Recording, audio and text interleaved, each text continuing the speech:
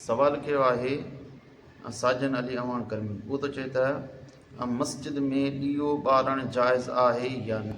बिस्मिल्लाहिर्रहमानिर्रहीम। मस्जिद में ॾीओ ॿारणु जाइज़ आहे।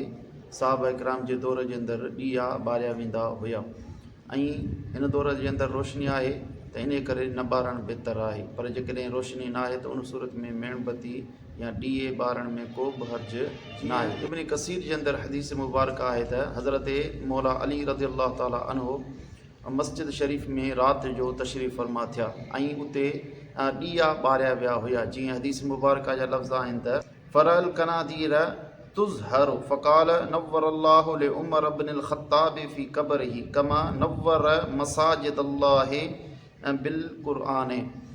हज़रत मौला अली हज़रत उमर फ़ारूक जे लाइ दुआइया लफ़्ज़ फरमाया त अल्लाह रब्बुल इज़्ज़त हज़रत उमर फ़ारूक जी मज़ार खे रोशन करे जीअं पाण मस्जिद खे क़ुरान जे ज़रिए रोशन कयऊं। यानी हज़रत मौला अली रज़ियल्लाहु ताला अन्हु खे इहा ॻाल्हि वणी त मस्जिद जे अंदरि ॾीआ ॿारिया विया आहिनि ऐं साहबा इकराम जे दौर में ॾीआ ॿारिया विया हुआ। इन मां मालूम थियो त मस्जिद में ॾीआ ॿारणु जाइज़ आहे। मस्जिद खे रोशन करणु मुस्तहब ऐं सुठो अमल आहे। वल्लाहु आलम बिस्सवाब।